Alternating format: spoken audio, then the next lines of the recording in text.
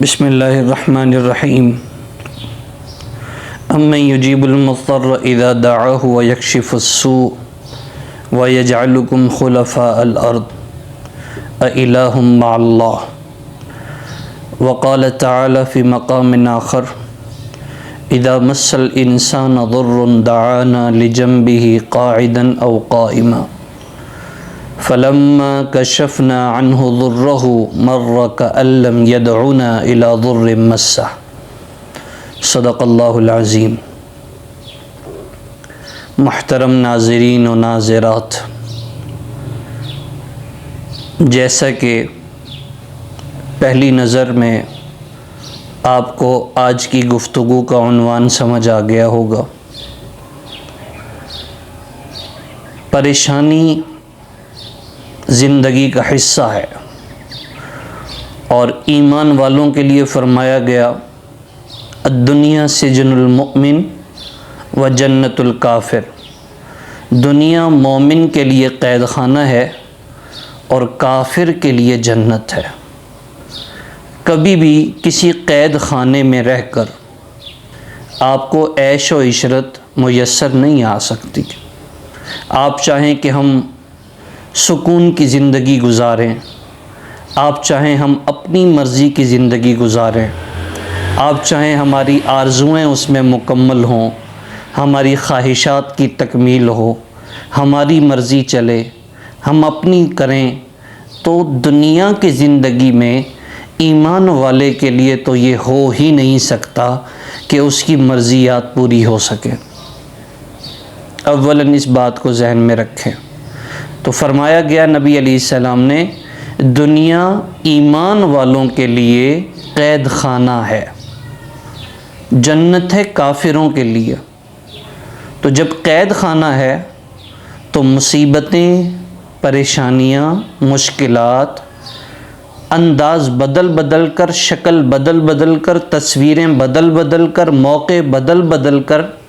ہمارے سامنے آتی رہیں گی۔ فرمایا اللہ رب العزت نے ایسی مشکلات میں حل کیا ہو؟ فرمایا گیا امن یجیب المضطر، کون ہے جو مشکلات میں سے نکالتا ہے، مشکلات کو دور کرتا ہے، کون ہے جو مشکلات کو ختم کرتا ہے، رفع کرتا ہے۔ اذا دعاہ، کہ جب اسے پکارا جائے، جب اس سے مانگا جائے، جب اس سے مشکلات کے حل کا مطالبہ کیا جائے، تو کون سی ذات ہے؟ الہ مع اللہ،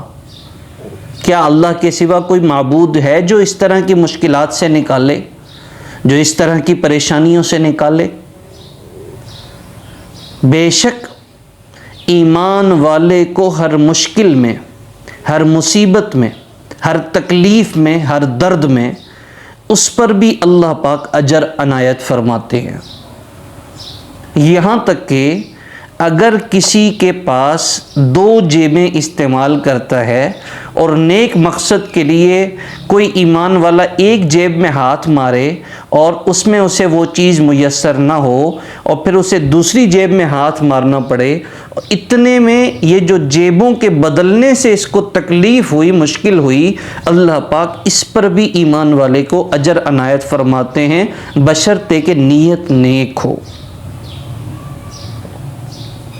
مشکلات، ایک بزرگ سے کسی نے پوچھا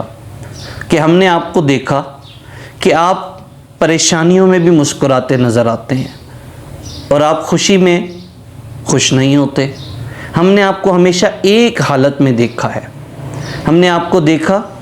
کہ آپ برابر گرمی ہو، سردی ہو، خزاں ہو، بہار ہو، خوشی ہو، غم ہو، بیماری ہو، صحت ہو،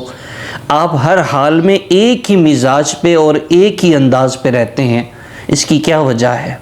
تو جواب دیا، خوشی بھی میرے اللہ کی جانب سے ہے، تو میں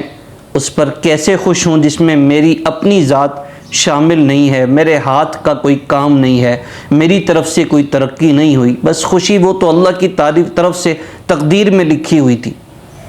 اسی طرح میں پریشان نہیں ہوتا کہ جو پریشانی و مصیبت و تکلیف مجھے ملتی ہے وہ میری اپنی طرف سے نہیں بلکہ میرے اللہ کی جانب سے لکھی ہوئی ہے، تو اس تکلیف پہ کیا تکلیف کرنا، اس درد پہ کیا درد محسوس کرنا کہ جو پہلے سے لکھا ہوا ہے۔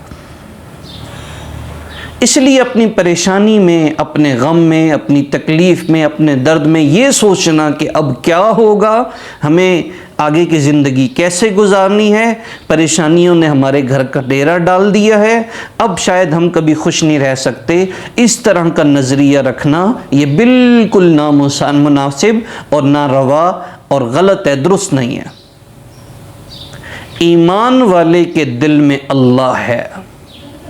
ایمان والے کے کاز و کام میں اللہ کی طاقت و قدرت موجود ہے۔ ایمان والا ہمیشہ سوچتا ہے کہ میں اپنے رب سے بات کروں گا اور میرا رب میری مشکلات کو دور کرے گا۔ اس لیے آپ کسی بھی پریشانی کا شکار ہیں، کسی بھی تکلیف کا شکار ہیں، کسی بھی غم کا شکار ہیں، کبھی 2 رکعت صلاۃ الحاجت پڑھ کر اللہ سے مانگیں اور دیکھیں اللہ کیسے مسائل کو حل کرتا ہے۔ صحابہ کرام رضوان اللہ تعالی علیہ مجمعین کا عمل کیا ہوتا تھا کہ جب کبھی کوئی حاجت پیش آتی وہ 2 رکعت نماز حاجت پڑھ کے اللہ سے مانگتے، واپس آ کے پوچھتے پریشانی حل ہوئی، جواب ملتا نہیں تو دوبارہ جاتے، اچھی طرح وضو کرتے، دوبارہ سے نماز پڑھتے، دوبارہ سے آہوزاری کرتے، دوبارہ سے دعا کرتے، پھر پتہ لگتا حل نہیں ہوا، پھر اور مانگتے کہ ہو سکتا ہے ہمارے مانگنے میں کوئی کمی رہ گئی ہو، ہمارے اللہ سے مطالبے میں کوئی کمی رہ گئی ہو، ہمارے وضو کے اندر کوئی کمی رہ گئی ہو، نماز میں کوئی کمی رہ گئی ہو، اللہ کے دینے میں کمی نہیں ہو سکتی۔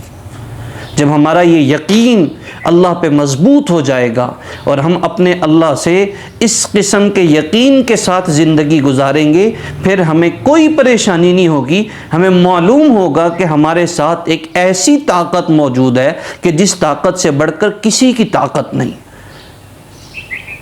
وہ تو داتا ہے، وہ تو دینے والا ہے، وہ تو رازق ہے، وہ تو سمیع بصیر ہے، وہ تو ہر مشکلات میں کام آنے والا ہے، حاجت روا ہے، دستگیری کرنے والا ہے، اور وہ ہے جو ہمیشہ آسمان اول پہ صدا لگواتا ہے کہ ہے کوئی مانگنے والا کہ اسے دیا جائے، ہے کوئی بخشش کا طالب کہ اس کی بخشش کی جائے، ہے کوئی اپنی ضرورت کا مطالبہ کرنے والا کہ اس کی فریاد کو پورا کیا جائے۔ کمی میرے اندر ہے، کمی آپ کے اندر ہے، ہم نے مانگنا سیکھا ہی نہیں، ہم نے کبھی مطالبہ کرنا نہیں سیکھا، ہمیں طریقہ ہی نہیں آتا کہ ہم نے اپنے اللہ سے کیسے مانگنا ہے، ہم نے اس کو کیسے راضی کرنا ہے، وہی ہماری تکلیف کو دور کرنے والا ہے۔ جو راستہ تھا مسائل کے حل کا اسے چھوڑ کر ارد گرد ہم نے بہت زور مار لیا اور ہم پریشان گھومتے ہیں کہ ہمارے مسائل حل نہیں ہوتے۔ حل کرنے والی تو اللہ کی ذات ہے۔ دنیا کا نظام اور پورا نظام آسمان و زمین کا، فضا کا، خلا کا اور تمام عالموں کو چلانے والے تو اللہ ہیں۔ ہم نے اللہ کو چھوڑا، ہم پریشانیوں میں گرتے چلے گئے۔ آج بھی اگر صحیح معنوں میں اگر کوئی پریشان ہے تو 2 رکعت نماز حاجت پڑھ کر اپنے رب سے مانگ کے تو دیکھیں، کتنا سکون ملتا ہے دل کو جب انسان اپنے رب سے مانگتا ہے۔ جب مانگ کے آپ فارغ ہوں گے ایسا لگے گا جیسے میرے مسائل حل ہو گئے۔ اللہ سے مانگیں۔ نبی علیہ السلام نے فرمایا، جس کا ایک مفہوم ہے، آپ نے فرمایا تسمے بھی جوتے کے گم ہو جائیں تو اللہ سے مانگو۔ ہم سر پکڑ کے بیٹھے ہوئے ہیں، یار ہماری پریشانی ہے، کیا ہوگا، کیسے ہوگا، بیماری ہے کیسے حل ہوگی، یہ مسئلہ ہے وہ مسئلہ ہے کیسے اس کا حل ہوگا۔ تو اللہ سے مانگیں، اللہ دینے والے ہیں، اللہ کو مانگنا پسند ہے۔ دنیا میں جتنے لوگ ہیں ان سے مانگا جائے وہ مانگنے پہ ناراض ہوتے ہیں، بھئی یہ ہر وقت مانگتا رہتا ہے۔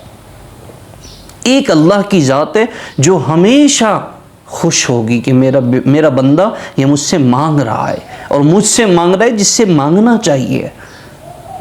اس کے سامنے آہوزاری کر رہا ہے جس کے سامنے آہوزاری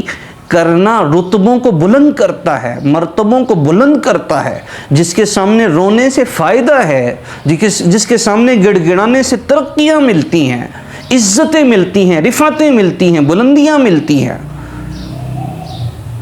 میرا بندہ مجھ سے مانگ رہا ہے،